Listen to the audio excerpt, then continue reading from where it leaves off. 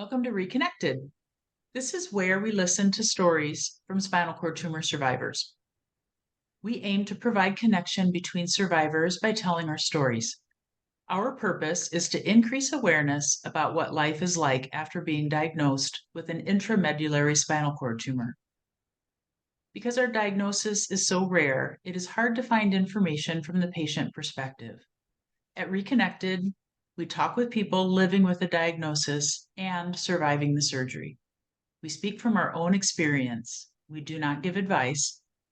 My name is Dawn Standera, and I am a survivor of a C1, C2 intramedullary ependymoma. That's spinal cord tumor lingo for a tumor inside my spinal cord, right at the tip top of the spine. Today we're here with Sue, and we get to hear Sue's story. Welcome, Sue. Hi. Thanks for being here. You're welcome. So when were you diagnosed and where was your tumor? I was diagnosed in May of 2022, and it was just at the top of C3. And it was about the size of a Concord grape. Wow, that's big. So that's a year and about a year and a half. Yep. Okay. Tell me about getting diagnosed. Um, it was fairly quick because I pushed. I wasn't taking some of their diagnoses for at face value because I didn't believe that it was an allergy. It started in February. I lost my brother-in-law suddenly, and about a week later, I started getting these odd symptoms. And I just kind of wrote it off that, I'm under a lot of stress, and this is how my body's dealing with it. It started out with intense itching in my forefoot, on both feet, and sort of a burny feeling. And that went on for a little while. And then I noticed that it was starting in my fingers. And I could feel like a burny sensation and itchy, and it was just kind of uncomfortable. And then it progressed to the bottom of my feet, where it felt more, so at that point, some of the itchiness went away, and it was more sort of numbness. And then that also kind of progressed into my hands. And then I noticed, and this is all within like a week and a half or so. Okay. And then I noticed probably a couple weeks later that I had these weird feelings in specifically my right arm, where it felt like it was heavy, exhausted, like I had worked it out really well, and couldn't figure it out. And we went skiing. We always do a ski trip with some friends almost every year, and happened to notice that it was getting worse. And my family and my friends were going, "You need to go to the doctor. You need to go to the doctor." And I was going, "Yeah, but it's probably just nothing." And so they pushed me. And while I was there on vacation, I made an appointment, hopefully with my primary care doctor, but I wasn't able to get in with him for another month. So I just took the next available person, which was probably about a week and a half out from there, and went and saw this doctor. And I made the mistake of saying that I have had unexplained hives periodically out in my life. And we never were able to figure out what the cause of that was. And so then she jumped on that and said, "Well, I think you're having an allergic reaction from something." And she put me on some heavy antihistamines. And those kind of, kicked my, they just made me very wonky. And I decided, no, this is not an allergy. So we have what's called My Chart. And we can then go in, in the patient portal, and you can see when the doctor gets, every day you can just go in and say, "Okay, well, this appointment has come." So I was able to get in with him. Oh, and then she said, "Well, I'll see you in 1 month." And so anyway, I was able to get in with my primary care doctor after 2 weeks. And he, took it seriously. He did some neurological testing and he noticed that I was weaker on the left side than I was on the right. So then he sent me to a local neurologist here in town. And that probably took another 3 weeks to get into. And things were progressing that that weakness feeling started in my legs. I noticed that it just felt like it was just, everything was just, my legs were just so heavy. It was a chore to get them to lift up and move and walk. And then I did go get in to see the neurologist. The neurologist, he did some of his own testing. And then he sent me for an MRI of my low back, which I thought was kind of weird. I was going, well, it's kind of, why would my arms be having problems if it's just in my low back? Yeah. And he said, yeah, but we'll start there because it did start in your low back. Well, the MRI came back with finding nothing. And then again, I was pushing. That's the one thing I can say is advocate for yourself, or find someone that will advocate for you and push. Don't take, well, we can't get you in for another 5 weeks. Don't do that, And so anyway, he then had me come in and do a nerve study. And that's where they take and put little probes in to little parts of your nerves. And then they throw an electrical shock through them and see what the response is when it comes back.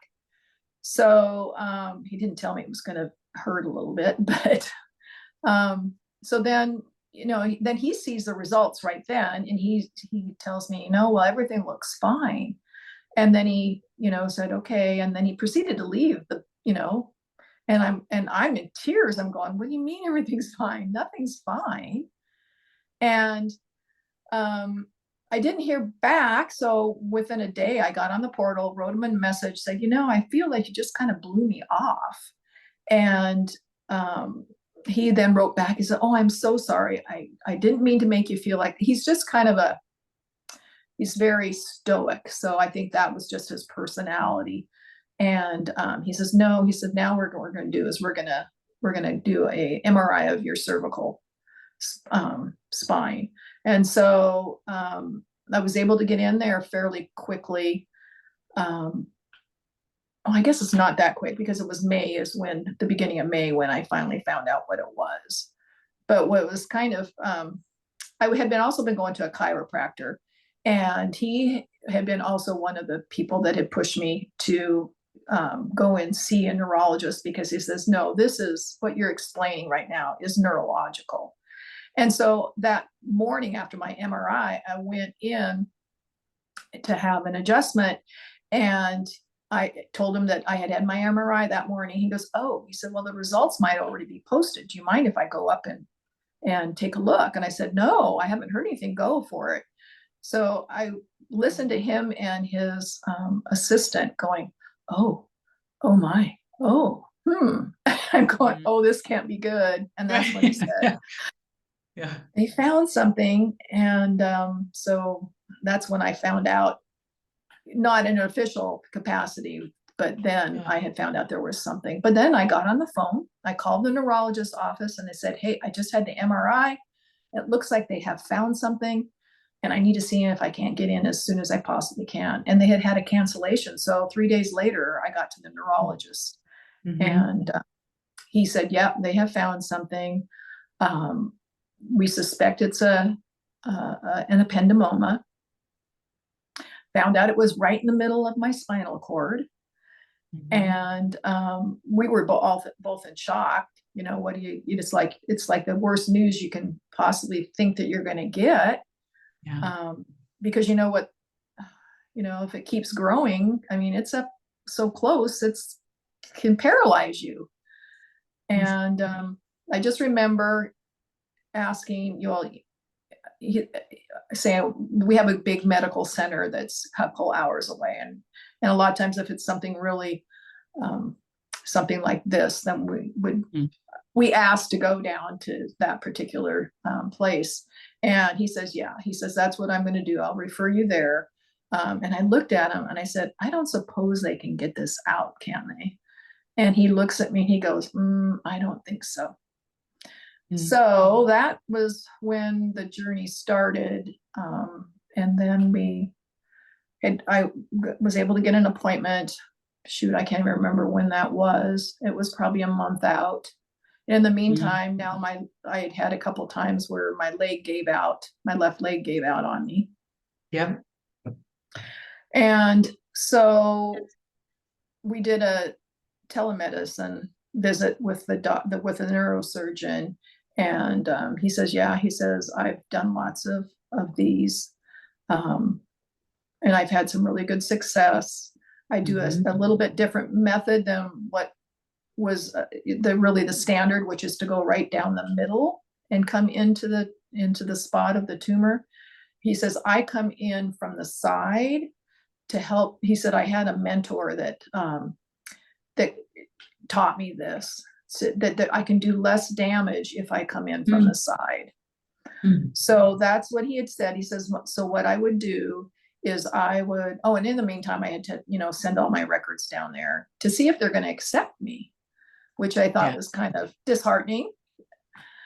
And so he said, well, what my goal will be is that when you're done with surgery, and when it's all said and done, that you'll only have a spot on your left shoulder that will be numb, a small spot. That's what his goal was. Yeah. So then we set up a time for surgery. It was going to be the end of June, I think the 27th of June. We went down, did all the post-op stuff and everything. And at that point, I actually I didn't meet him in person.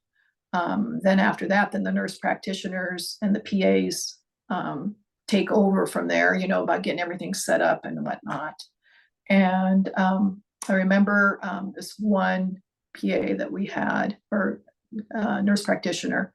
And when I was going in, and she goes, well, you have questions. So naturally I'm asking questions and stuff. And she asked, I said, well, what's going to be like afterwards? She couldn't really quite tell me because, everybody's different. We don't know what's going to happen. And one of the things is she asked me, she goes, are you in any pain? And I said, no, I haven't had any pain with this at all. And she goes, the people that have had no pain are the ones that are really mad after surgery. I'm going, okay. That makes sense. Yeah. It's a big adjustment. Yeah. So we were getting close to surgery time.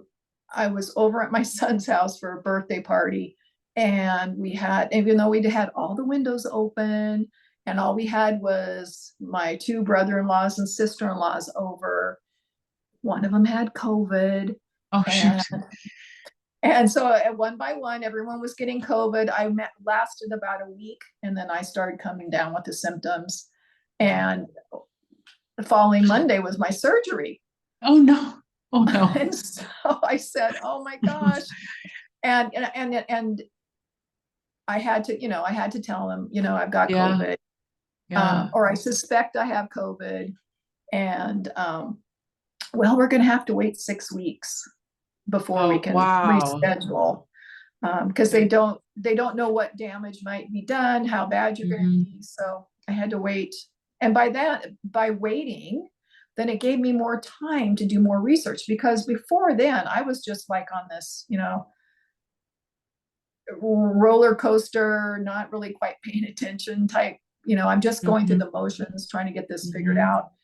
And by then I was like, well, I'm going to do a lot more research. And that's when it really scared me. It's when I actually found your book. And that reading the book really scared me. And then, just doing more research and reading more, some people's stories of what they've gone through. A lot of it is that you can't find anything really much about it. You can find some, on the National Institute of Health, you can find out if it's an ependymoma, this is, what it is, blah, blah, blah, but it doesn't tell you what happens after surgery. Yeah. Well, you're being a part of the solution today, Sue, by telling your story. These videos help. We're not doctors, but we live the experience, and that's the was the most stunning outcome for me. Was I there were no books when I had my surgery. there, Yeah. yeah, and yeah, I was very overwhelmed with uh, what life was like afterward. Um, but here we are, Yeah. sharing our stories so that other people can have a little bit of a heads up. So you got over COVID, got into I got surgery. over COVID. Okay. I went down and got there at 8 o'clock in the morning or 7 o'clock in the morning.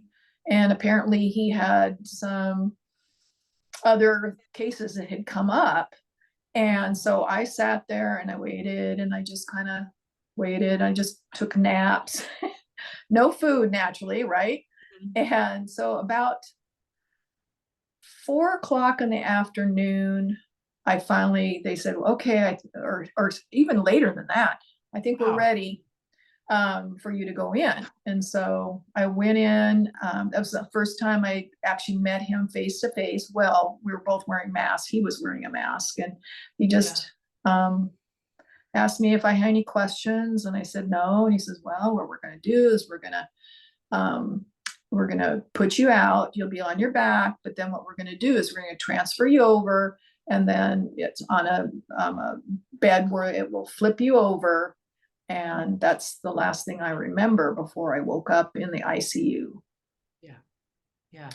So you had complete resection. They got Yes. the whole tumor. Yes. Oh, Yep. great. Great. Yep. Okay. Tell me what it was like to wake up. Well, naturally, you're groggy and you're the drugs made me queasy, and Mm. I wasn't in a lot of pain. I do remember that I had the button where I could then, press the button if I did start Mhm. having pain. That all is kind of hazy until the next morning. Um, then they moved me into a regular room. And I just remember not being in a lot of pain at that point that I can remember. And then they had physical therapy coming in. One of the things that, have to have a catheter because they don't want you getting up until they figure out what your outcome is. Mhm. So they did have me set up, and I can remember his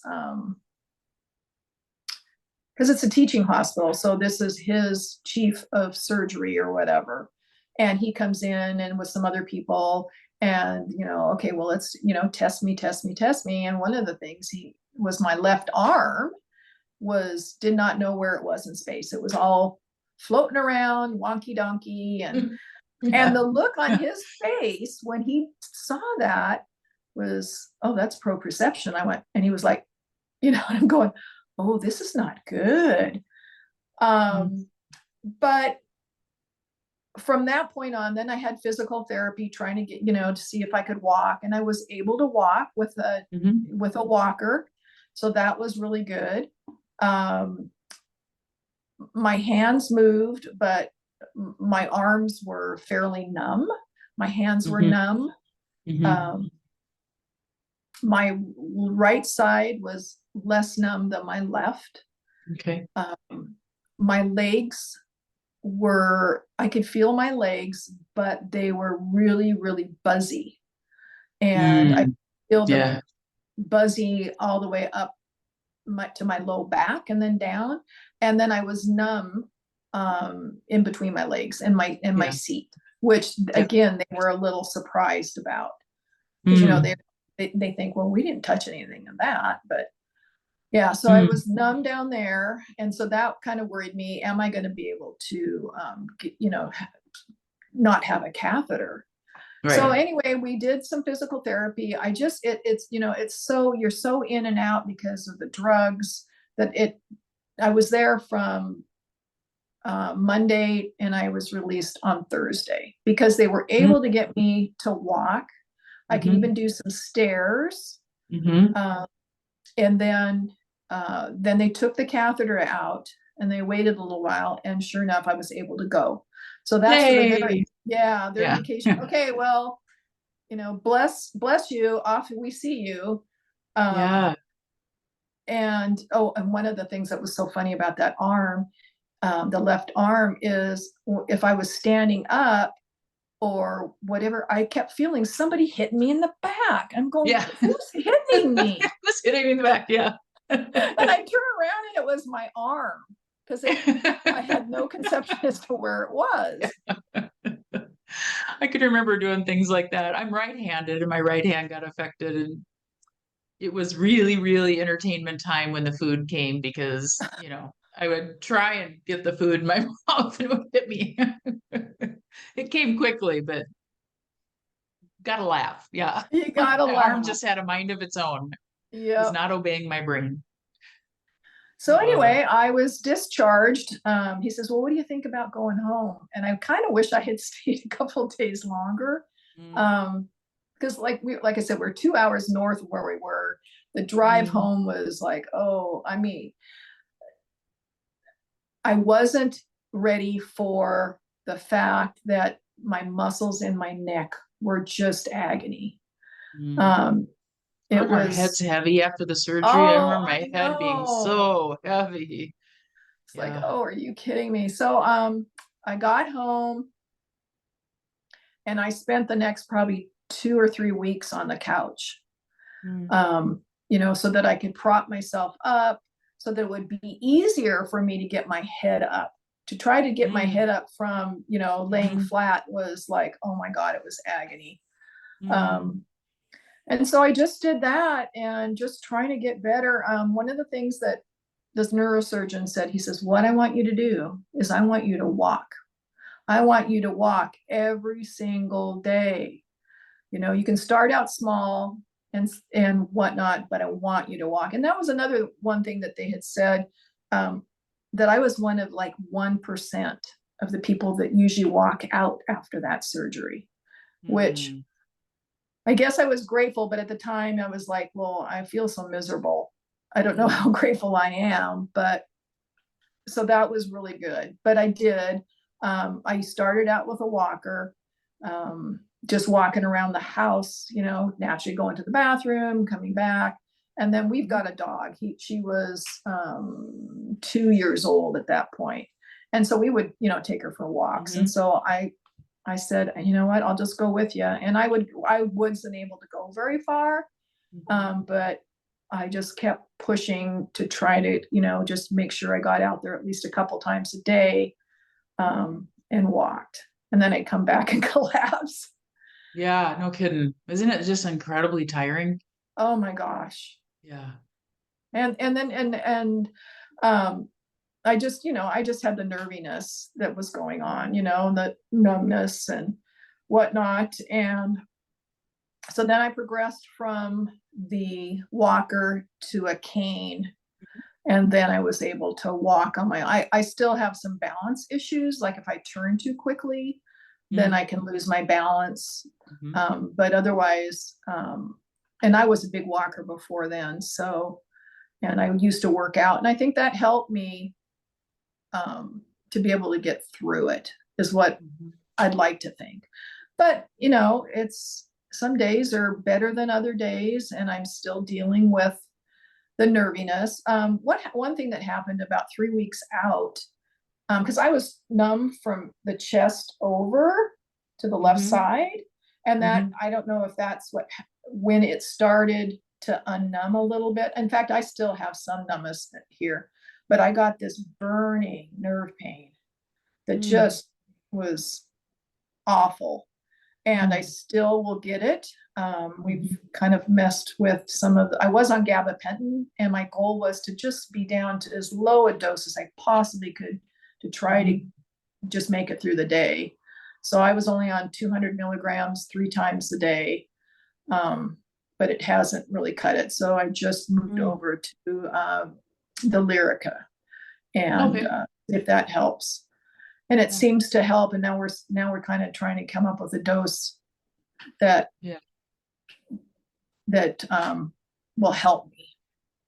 How's your left arm working now? Do you have It's good. proprioception in it? I have proprioception. It is off, and he said that I will probably will be something I'll have for the rest of my life. Um, if I go to reach for something, I have to be very intentional. Hmm. Oh, that was another thing that I had, as one of my symptoms was tremors. Hmm. In my arms and my legs. Usually when I was trying to reach for something, or when I was using the arm or leg, because we go to Pilates, and sometimes it will act up a little bit, but it's nothing like it was before surgery. I still have numbness in this shoulder. It has come back somewhat. At least it doesn't feel like it's completely dead when I touch it. I can feel Okay. a little bit. I know what you're talking about. sensation. Yeah. Yeah. And then I've gotten some of these are still tingly, but they're not as numb as they were. These Okay. two guys are still, this is my left hand, are still kind of numb. Makes it hard to open up little things. Yeah. Have to have my Isn't it though? granddaughter do that for me. Let me ask a question. So when my right hand got affected, if I reach into my purse for something, if I don't see it, and if it's not heavy, I can't find it. Do you find that with your arm? Like, Yes. Yeah. yeah, Yeah. Yeah. yeah, little things like, I don't Little know, if I were to things. try and find a barrette or something like that, forget it. That's my left hand's job now because my Yeah. left hand was pretty unaffected. Yeah. Okay. And this one is, yeah, this one's still pretty good. I mean, I still have some numbness just along the arm right here, but Okay. and still like more on the left than the right. And then as this shoulder is getting is unnumbing, I'm getting some burning in that shoulder too, as things are starting to kind of wake up. And I've, had to do a lot of physical therapy. Oh, yeah, that was lovely. About January, so that would have been what, 4 months out from surgery. This left arm, I got frozen shoulder, and they said it was probably as a result of the surgery and so I've been dealing with that, having to go to an orthopod, and they had to do injections into the joint to try to expand things. That I'm finally have gotten most of my motion back. Good. So that kind of added to the pain too. Tell me about your fatigue. We have about 10 minutes left. Tell me about how your fatigue is now that you're about a year out.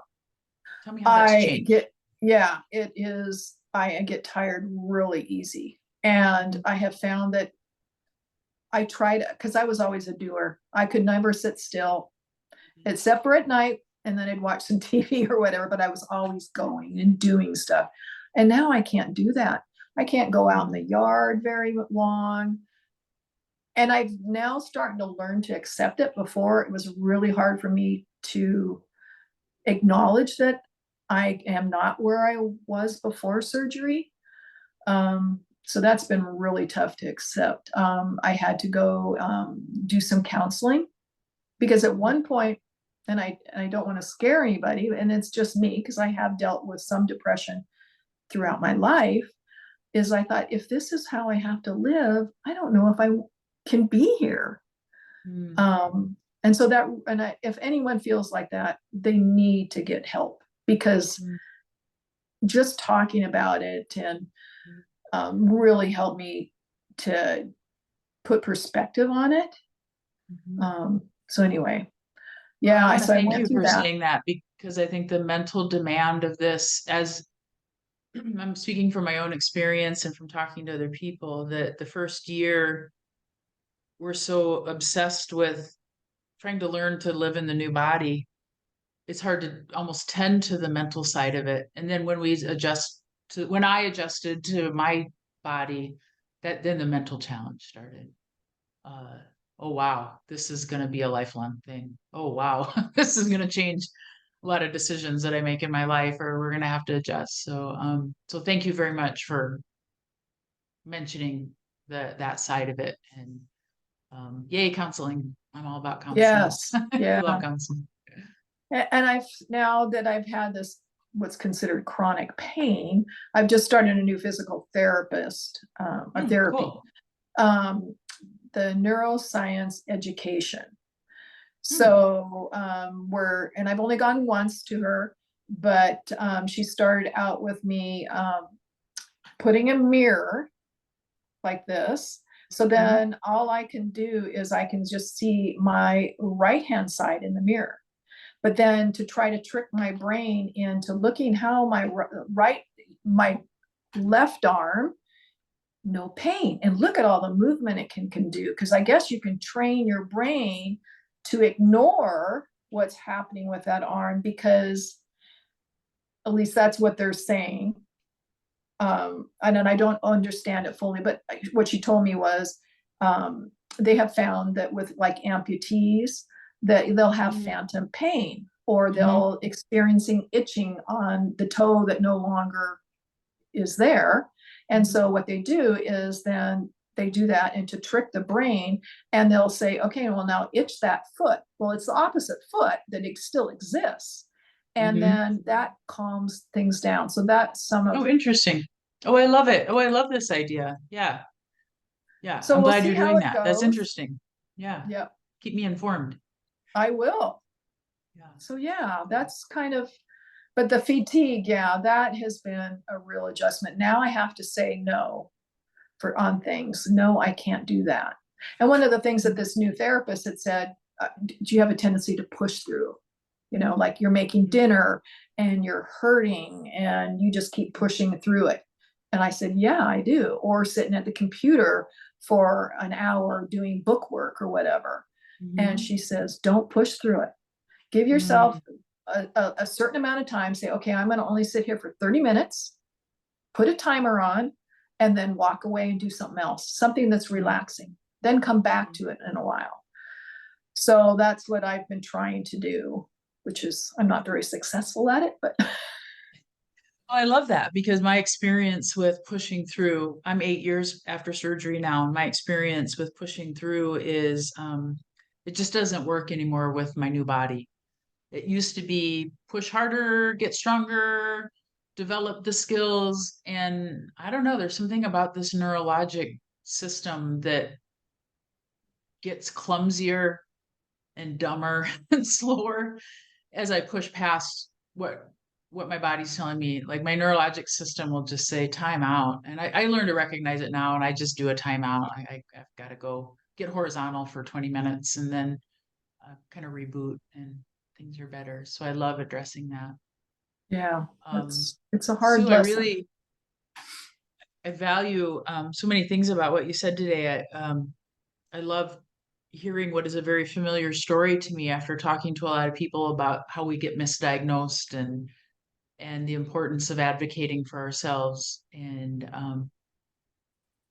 just the adjustment that this surgery has on our lives, not just our bodies, but on our lives, our mentally, physically, and just how we are in the world, but how much we can, I don't know, overcome. I'm not sure if that's the right word, but I know that you just went to Italy. So Yes, life's I did. totally possible. Yeah. I mean, I just went to Colorado and was on the mountains and walking, and you just went to Italy. And so yes, we have life. We have a different life, but we have But a we, life after. yeah, yeah, exactly. I'd like to wrap up by asking you the question I ask everybody at the end, which is what has it meant to you to be in connection with other people who've survived spinal cord tumor surgery? Oh, it makes me feel so not unnormal that this is just, Yeah. yeah, that everybody's going through it, that I'm not the Mhm. only one, that it's not that I'm not progressing. It's not that my body, um, I'm a failure. It's Mm. really helped. Yeah, it has. Yeah. Well, thank you for being a part of the solution. Oh, thank you. I'm glad that I could talk with you. Yeah. And we will talk soon, privately as friends now. And maybe in a year, we'll do a re-interview and see how things are in a year. That would be good. I'd like to Yeah. see that from the other people too. Oh, yeah. Thank you. Me too. All right. I'm going to say Okay. goodbye now, and thank you so much. Okay. Thank you, Okay. Dawn. Bye bye. Yeah.